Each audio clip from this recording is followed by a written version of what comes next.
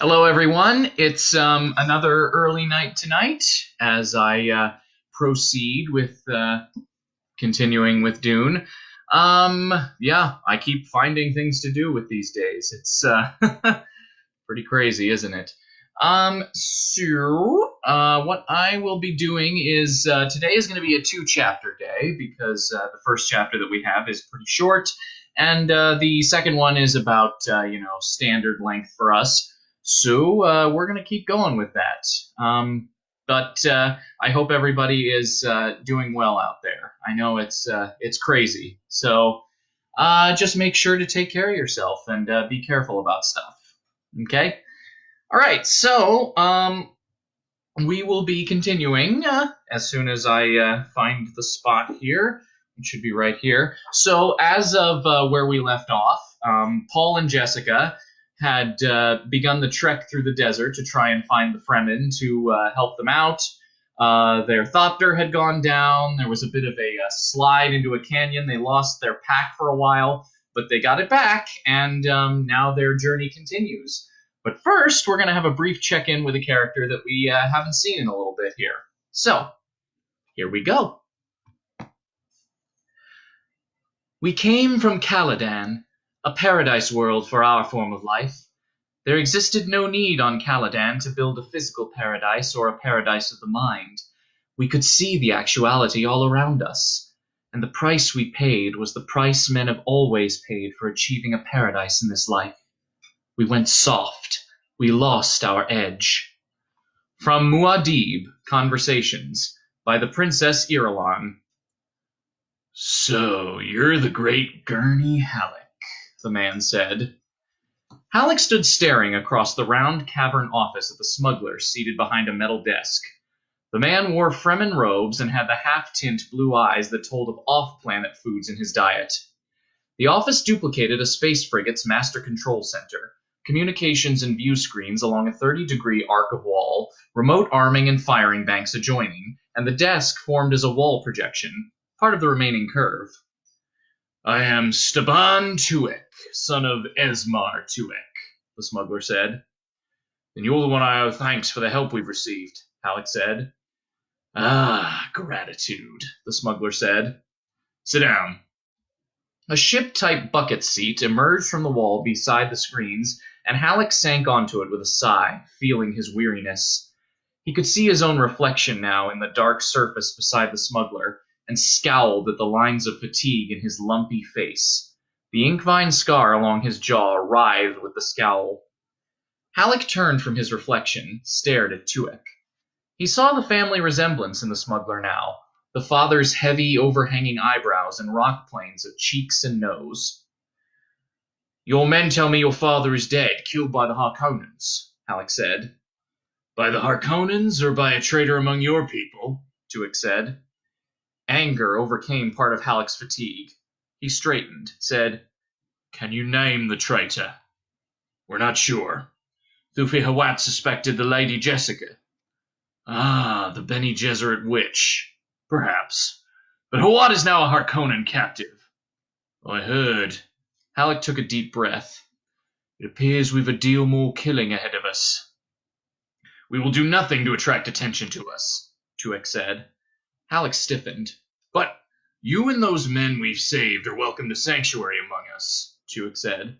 You spoke of gratitude. Very well. Work off your debt to us. We can always use good men. We'll destroy you out of hand, though, if you make the slightest open move against the Harkonnens. But they killed your father, man! Perhaps. And if so, I'll give you my father's answer to those who act without thinking. A stone is heavy, and the sand is weighty, but a fool's wrath is heavier than them both. You mean to do nothing about it, then? Halleck sneered. You did not hear me say that. I merely say I will protect our contract with the Guild. The Guild requires that we play a circumspect game. There are other ways of destroying a foe. Indeed. If you've a mind to seek out the witch, have at it. But I warn you that you're probably too late. And we doubt she's the one you want anyway. Hawat made few mistakes. He allowed himself to fall into Harkonnen hands. You think he's the traitor? Tuek shrugged. This is academic. We think the witch is dead. At least the Harkonnens believe it. You seem to know a great deal about the Harkonnens. Hints and suggestions, rumors and hunches. We are 74 men, Halleck said. If you seriously wish us to enlist with you, you must believe our Duke is dead. His body has been seen. And the boy, too. Young Master Paul. Halleck tried to swallow, felt a lump in his throat. According to the last word we had, he was lost with his mother in a desert storm. Likely not even their bones will ever be found. So the witch is dead, then? All dead. Tuick nodded. And Beast Raban, so they say, will sit once more in the seat of power here on Dune. The Count Raban of Lankavale? Yes. It took Halleck a moment to put down the upsurge of rage that threatened to overcome him. He spoke with panting breath. I've a score of my own against Raban. I owe him for the lives of my family. He rubbed at the scar along his jaw. And for this. One does not risk everything to settle a score prematurely, Tuick said. He frowned, watching the play of muscles along Halleck's jaw, the sudden withdrawal in the man's shed-lidded eyes. I know. Halleck took a deep breath. You and your men can work out your passage off Arrakis by serving with us. There are many places to. I release my men from any bond to me. They can choose for themselves. With Raban here, I stay. In your mood, I'm not sure we want you to stay. Halleck stared at the smuggler. You doubt my word? No. You've saved me from the Harkonnens. I gave loyalty to the Duke Leto for no greater reason. I'll stay on Arrakis with you or with the Fremen. Whether a thought is spoken or not, it is a real thing and it has power, Tuick said. You might find the line between life and death among the Fremen to be too sharp and quick. Halleck closed his eyes briefly, feeling the weariness surge up in him. Where is the Lord who led us through the land of deserts and of pits? He murmured. Move slowly and your day of revenge will come, Tuick said. Speed is a device of Shaitan. Cool your sorrow. We've the diversions for it. 3 things are here that will ease the heart. Water, green grass, and the beauty of woman. Halleck opened his eyes. I would prefer the blood of Raban Harkonnen flowing about my feet. He stared at Tuick. You think that day will come? I have little to do with how you'll meet tomorrow, Gurney Halleck. I can only help you meet today. Then I'll accept that help and stay until the day you tell me to revenge your father and all the others who... Listen to me, fighting man, Tuick said. He leaned forward over his desk, his shoulders level with his ears, eyes intent. The smuggler's face was suddenly like weathered stone. My father's water? I'll buy that back myself, with my own blade. Halleck stared back at Tuick. In that moment, the smuggler reminded him of Duke Leto, a leader of men, courageous, secure in his own position and his own course. He was like the Duke before Arrakis. Do you wish my blade beside you? Halleck asked. Tuick sat back, relaxed, studying Halleck silently. Do you think of me as fighting man? Halleck pressed. You're the only one of the Duke's lieutenants to escape, Tuick said. Your enemy was overwhelming, yet you rolled with him. You defeated him the way we defeat Arrakis. Eh? We live on sufferance down here, Gurney Halleck, Tuick said. Arrakis is our enemy. One enemy at a time, is that it? That's it. Isn't that the way the Fremen make out? Perhaps. You said I might find life with the Fremen too tough. They live in the desert, in the open, is that why? Who knows where the Fremen live? For us, the Central Plateau is a no-man's land. But I wish to talk more about... I'm told that the guild seldom routes spice liners in over the desert, Halleck said. But there are rumors that you can see bits of greenery here and there if you know where to look. Rumors, Tuick sneered. Do you wish to choose now between me and the Fremen? We have a measure of security, our own sietch carved out of the rock, our own hidden bases. We live the lives of civilized men. The Fremen are a few ragged bands that we use as spice hunters. But they can kill Harkonnens. And do you wish to know the result? Even now they are being hunted down like animals, with laser guns because they have no shields. They are being exterminated. Why? Because they killed Harkonnens. Was it Harkonnens they killed? Halleck asked. What do you mean? Haven't you heard there may have been Sardaukar with the Harkonnens? More rumors. But a pogrom, this isn't like the Harkonnens. A pogrom is wasteful.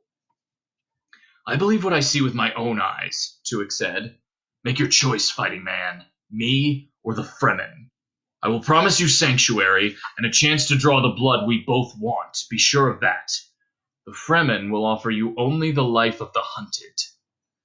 Halleck hesitated, sensing wisdom and sympathy in Tuick's words, yet troubled for no reason he could explain. Trust your own abilities, Tuick said. Whose decisions brought your force through the battle? Yours. Decide. It must be, Halleck said. The Duke and his son are dead. The Harkonnens believe it. Where such things are concerned, I incline to trust the Harkonnens. A grim smile touched Tuick's mouth. But it's about the only trust I give them. Then it must be, Halleck repeated. He held out his right hand, palm up and thumb folded flat against it in the traditional gesture. I'll give you my sword. Accepted. Do you wish me to persuade my men? You'd let them make their own decision. They followed me this far, but most are Caladan born. Arrakis isn't what they thought it'd be. Here they've lost everything except their lives. I'd prefer they decided for themselves now. Now is no time for you to falter, Tuick said. They followed you this far. You need them, is that it? We can use experienced fighting men, in these times more than ever. You've accepted my sword. Do you wish me to persuade them? I think they'll follow you, Gurney Halleck. 'Tis to be hoped. Indeed. I may make my own decision in this, then. Your own decision. Halleck pushed himself up from the bucket seat, feeling how much of his reserve strength even that small effort required. For now, I'll see to their quarters and well-being, he said. Consult my quartermaster, Tuick said. Drisk is his name. Tell him it's my wish that you receive every courtesy. I'll join you myself presently. I have some off-shipments of spice to see to first. Fortune passes everywhere, Halleck said. Everywhere. A time of upset is a rare opportunity for our business. Halleck nodded, felt the faint susurration, and felt the air shift as a lockport swung open beside him. He turned, ducked through it, and out of the office.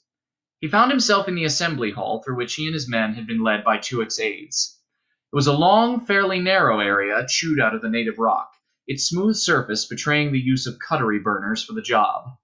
The ceiling stretched away high enough to continue the natural supporting curve of the rock, and to permit internal air convection currents. Weapons racks and lockers lined the walls. Halleck noted with a touch of pride that those of his men still able to stand were standing. No relaxation in weariness and defeat for them. Smuggler medics were moving among them, tending the wounded. Litter cases were assembled in one area down to the left, each wounded man with an Atreides companion. The Atreides training, we care for our own. It held like a core of native rock in them, Halleck noted. One of his lieutenants stepped forward, carrying Halleck's 9-string balisette out of its case. The man snapped a salute, said, Sir, the medics here say there's no hope for Matai. They have no bone and organ banks here, only outpost medicine. Matai can't last, they say, and has a request of you. What is it? The lieutenant thrust the balisette forward. Matai wants a song to ease his going, sir. He says you'll know the one. He's asked of it He's asked it of you often enough. The lieutenant swallowed. It's the one called My Woman, sir. I know. Halleck took the balisette, flicked the multi-pick out of its catch on the fingerboard. He drew a soft chord from the instrument, found that someone had already tuned it. There was a burning in his eyes, but he drove that out of his thoughts as he strolled forward, strumming the tune, forcing himself to smile casually. Several of his men and a smuggler medic were bent over one of the litters. One of the men began singing softly as Halleck approached, catching the counterbeat with the ease of long familiarity. The singer stopped, reached out a bandaged arm, and closed the eyelids of the man on the litter. Halleck drew a final soft chord from the balisette, thinking, Now we are 73. And that is the end of the first chapter for today, and we're going to be moving into the second one now. Family life of the royal crèche is difficult for many people to understand, but I shall try to give you a capsule view of it. My father had only one real friend, I think. That was Count Hasimir Fenring, the genetic eunuch and one of the deadliest fighters in the Imperium. The Count, a dapper and ugly little man, brought a new slave concubine to my father one day, and I was dispatched by my mother to spy on the proceedings. All of us spied on my father as a matter of self-protection. One of the slave concubines permitted my father under the Bene Gesserit Guild agreement could not, of course, bear a royal successor, but the intrigues were constant and oppressive in their similarity. We became adept, my mother and sisters and I, at avoiding subtle instruments of death. It may seem a dreadful thing to say, but I'm not at all sure my father was innocent in all these attempts. The royal family is not like other families. Here was a new slave concubine then, red-haired like my father, willowy and graceful. She had a dancer's muscles, and training obviously had included neuro-enticement. My father looked at her for a long time as she postured, unclothed, before him. Finally he said, "She is too beautiful. We will save her as a gift." You have no idea how much consternation this restraint created in the royal crèche. Subtlety and self-control were, after all, the most deadly threats to us all. In My Father's House, by the Princess Irulan. Paul stood outside the still tent in the late afternoon. The crevasse where he had pitched their tent camp lay in deep shadow. He stared out across the open sand at the distant cliff, wondering if he should waken his mother, who lay asleep in the tent. Folds upon folds of dunes spread beyond their shelter. Away from the setting sun, the dunes exposed greased shadows so black they were like bits of night. And the flatness. His mind searched for something tall in that landscape, but there was no persuading tallness out of heat-addled air in that horizon. No bloom or gently shaken thing to mark the passage of a breeze. Only dunes and that distant cliff beneath a sky of burnished silver blue. What if there isn't one of the abandoned testing stations across there? He wondered. What if there are no Fremen either, and the plants we see are only an accident? Within the tent, Jessica awakened, turned onto her back, and peered sidelong out the transparent end at Paul. He stood with his back to her, and something about his stance reminded her of his father. She sensed the well of grief rising within her and turned away.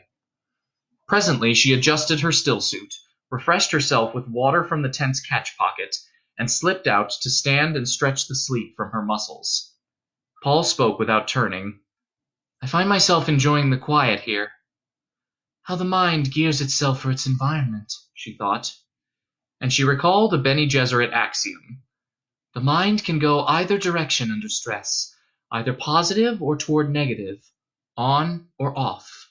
Think of it as a spectrum whose extremes are unconsciousness at the negative end and hyperconsciousness at the positive end. The way the mind will lean under stress is strongly influenced by training. "It could be a good life here," Paul said. She tried to see the desert through his eyes, seeking to encompass all the rigors this planet accepted as commonplace, wondering at the possible futures Paul had glimpsed. One could be alone out here, she thought, without fear of someone behind you, without fear of the hunter. She stepped past Paul, lifted her binoculars, adjusted the oil lenses, and studied the escarpment across from them. Yes, saguaro in the arroyos and other spiny growth, and a matting of low grasses, yellow-green in the shadows. "I'll strike camp," Paul said.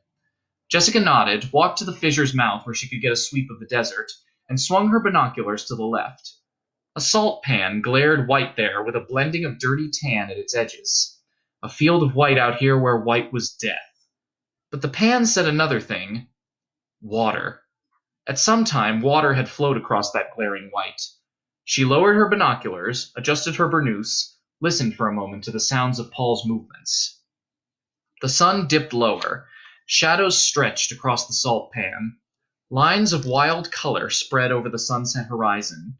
Color streamed into a toe of darkness, testing the sand. Coal-colored shadows spread, and the thick collapse of night blotted the desert. Stars. She stared up at them, sensing Paul's movements as he came up beside her. The desert night focused upward, with a feeling of it toward the stars. The weight of the day receded. There came a brief flurry of breeze across her face. "The first moon will be up soon," Paul said. "The pack's ready. I've planted the thumper." "We could be lost forever in this hell place," she thought, "and no one to know."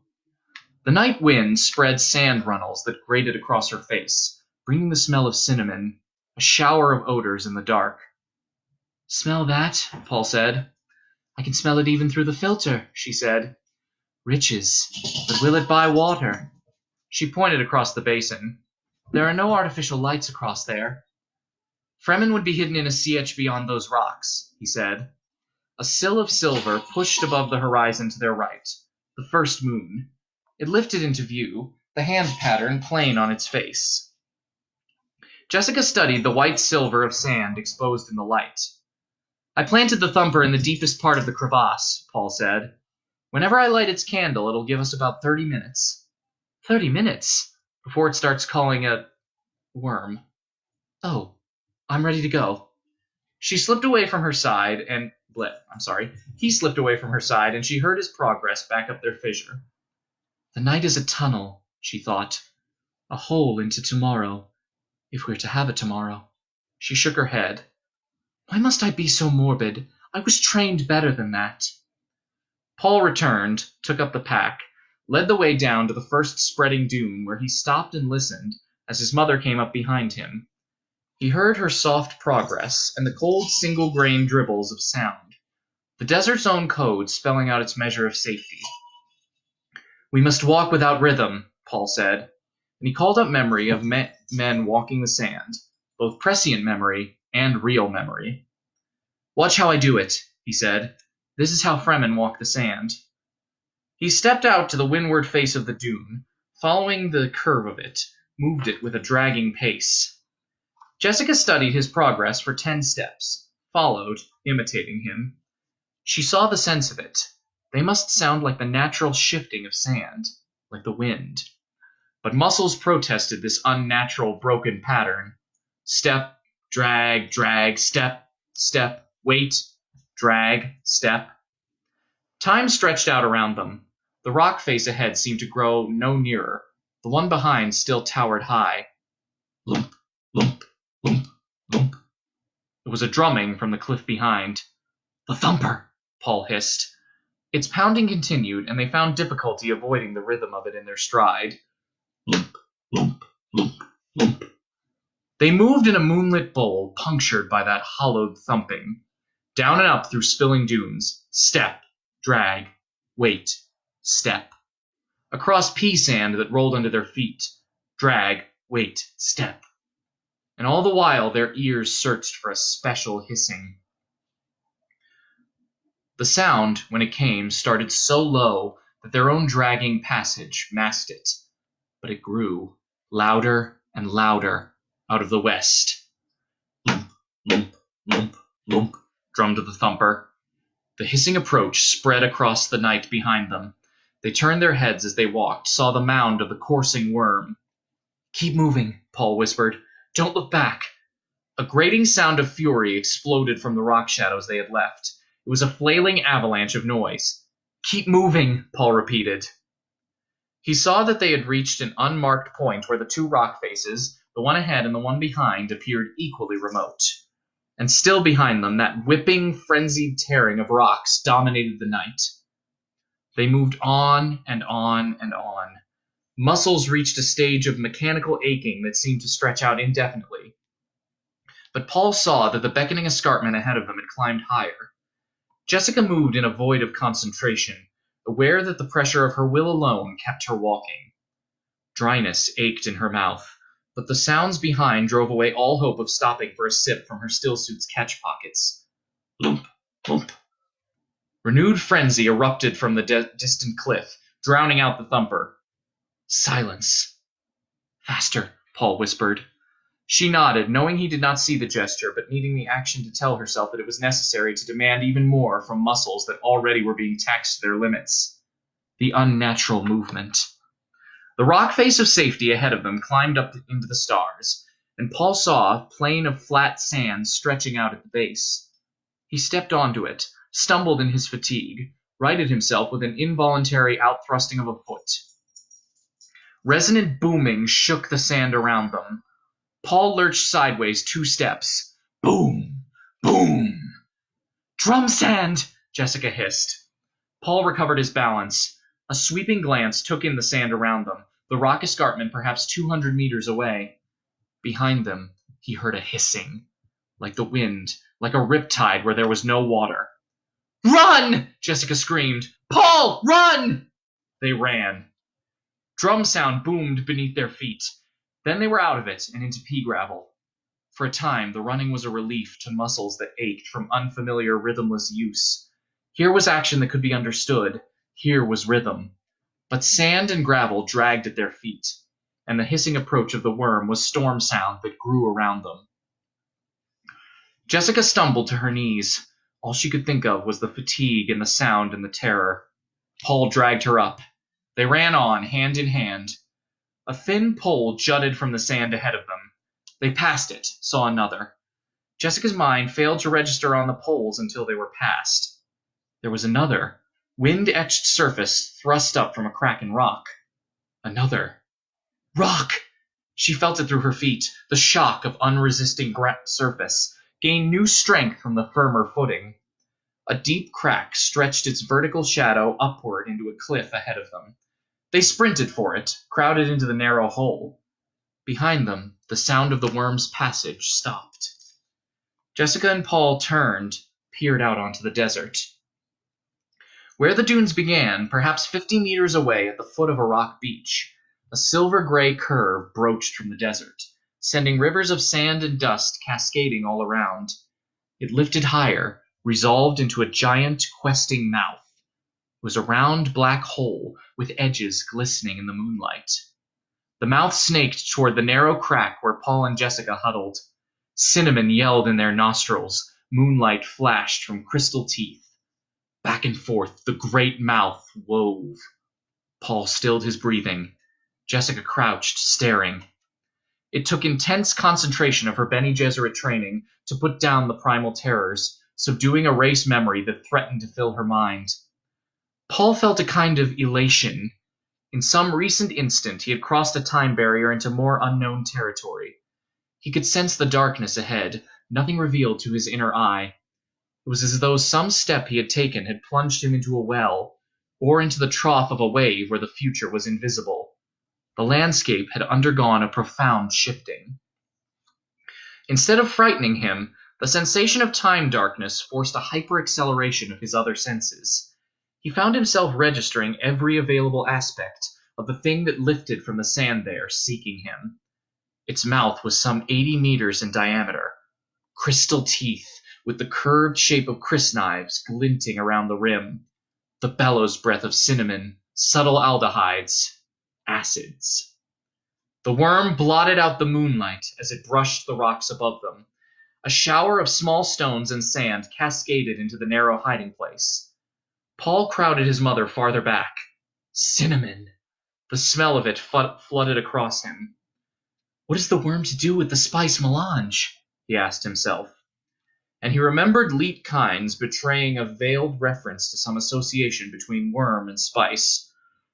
Boom! It was like a peal of dry thunder coming from far off to their right. Boom! The worm drew back into the sand, lay there momentarily, its crystal teeth weaving moon flashes. Lump, lump, lump, lump. Another thumper, Paul thought. Again it sounded off to their right. A shudder passed through the worm. It drew farther away into the sand. Only a mounded upper curve remained like half a bell mouth, the curve of a tunnel rearing above the dunes. Sand rasped. The creature sank farther, retreating, turning. It became a mound of cresting sand that curved away through a saddle in the dunes. Paul stepped out of the crack, watched the sand wave recede across the waste toward the new thumper summons. Jessica followed, listening. Lump, lump, lump, lump, lump. Presently the sound stopped. Paul found the tube into his stillsuit, sipped at the reclaimed water. Jessica focused on his action, but her mind felt blank with fatigue and the aftermath of terror. Has it gone for sure? She whispered. Somebody called it, Paul said. Fremen. She felt herself recovering. It was so big! Not as big as the one that got our thopter. Are you sure it was Fremen? They used a thumper. Why would they help us? Maybe they weren't helping us. Maybe they were just calling a worm. Why? An answer lay poised at the edge of his awareness, but it refused to come. He had a vision of his mind of something to do with the telescoping barbed sticks in their packs. The maker hooks. Why would they call a worm? Jessica asked. A breath of fear touched his mind, and he forced himself to turn away from his mother, to look up the cliff. We'd better find a way up there before daylight. He pointed. Those poles we passed. There are more of them. She looked, following the line of his hand, saw the poles, wind-scratched markers, made out the shadow of a narrow ledge that twisted into a crevasse high above them. They mark a way to the cliff, Paul said. He settled his shoulders into the pack, crossed to the foot of the ledge, and began the climb upward. Jessica waited a moment, resting, restoring her strength. Then she followed. Up they climbed, following the guide poles until the ledge dwindled to a narrow lip at the mouth of a dark crevasse. Paul tipped his head to peer into the shadowed place. He could feel the precarious hold his feet had on the slender ledge, but forced himself to slow caution. He saw only darkness within the crevasse. It stretched away upward, open to the stars at the top. His ears searched, found only sounds he could expect. A tiny spill of sand, an insect burr, the pattern of a small running creature. He tested the darkness in the crevasse with one foot, found rock beneath a gritting surface. Slowly, he inched around the corner, signaled for his mother to follow. He grasped the loose edge of her robe, helped her around. They looked upward at starlight framed by two rock lips. Paul saw his mother beside him as a cloudy gray movement. If we could only risk a light, he whispered. We have other senses than eyes, she said. Paul slid a foot forward, shifted his weight, and probed with the other foot, met an obstruction. He lifted his foot, found a step, pulled himself up onto it. He reached back, felt his mother's arm, tugged at her robe for her to follow. Another step. It goes on up to the top, I think, he whispered. Shallow and even steps, Jessica thought. Man-carved beyond a doubt. She followed the shadowy movement of Paul's progress, feeling out the steps. Rock walls narrowed until her shoulders almost brushed them. The steps ended in a slitted defile about 20 meters long, its floor level, and this opened into a shallow, moonlit basin. Paul stepped out into the rim of the basin, whispered, What a beautiful place. Jessica could only stare in silent agreement from her position a step behind him. In spite of weariness, the irritation of recats and nose plugs and the confinement of the stillsuit, in spite of fear and the aching desire for rest, this basin's beauty filled her senses, forcing her to stop and admire it. Like a fairyland, Paul whispered. Jessica nodded. Spreading away in front of her stretched desert growth, bushes, cacti, tiny clumps of leaves, all trembling in the moonlight. The ring walls were dark to her left, moon-frosted on her right. This must be a Fremen place, Paul said. There would have to be people for this many plants to survive. She agreed. She uncapped the tube to her stillsuit's catch pockets, sipped at it. Warm, faintly acrid wetness slipped down her throat. She marked how it refreshed her. The tube's cap grated against flakes of sand as she replaced it. Movement caught Paul's attention. To his right and down on the basin floor curving out beneath them. He stared down through smoke bushes and weeds into a wedge-slab surface of sand, inhabited by an up-hop, jump-pop-hop of tiny motion. Mice, he whispered. Pop, pop, pop, they went, into shadows and out. Something fell soundlessly past their eyes into the mice. There came a thin screech, a flapping of wings, and a ghostly gray bird lifted away across the basin with a small dark shadow in its talons. We needed that reminder, Jessica thought. Paul continued to stare across the basin. He inhaled, sensed the softly cutting contralto smell of sage climbing the night. The predatory bird, he thought of it as the way of this desert. It had brought a stillness to the basin so unuttered that the blue milk moonlight could almost be heard, flowing across sentinel saguaro and spiked paint bush. There was a low humming of light here, more basic in its harmony than any other music in his universe. "We'd better find a place to pitch the tent," he said. "Tomorrow we can try to find the Fremen who—" "Most intruders here regret finding the Fremen." It was a heavy masculine voice chopping across his words, shattering the moment. The voice came from above them and to their right. "Please do not run, intruders," the voice said as Paul made to withdraw into the defile. "If you run, you'll only waste your body's water." "They want us for the water of our flesh," Jessica thought. Her muscles overrode all fatigue, flowed into maximum readiness without external betrayal. She pinpointed the location of the voice, thinking, "Such stealth! I didn't hear him."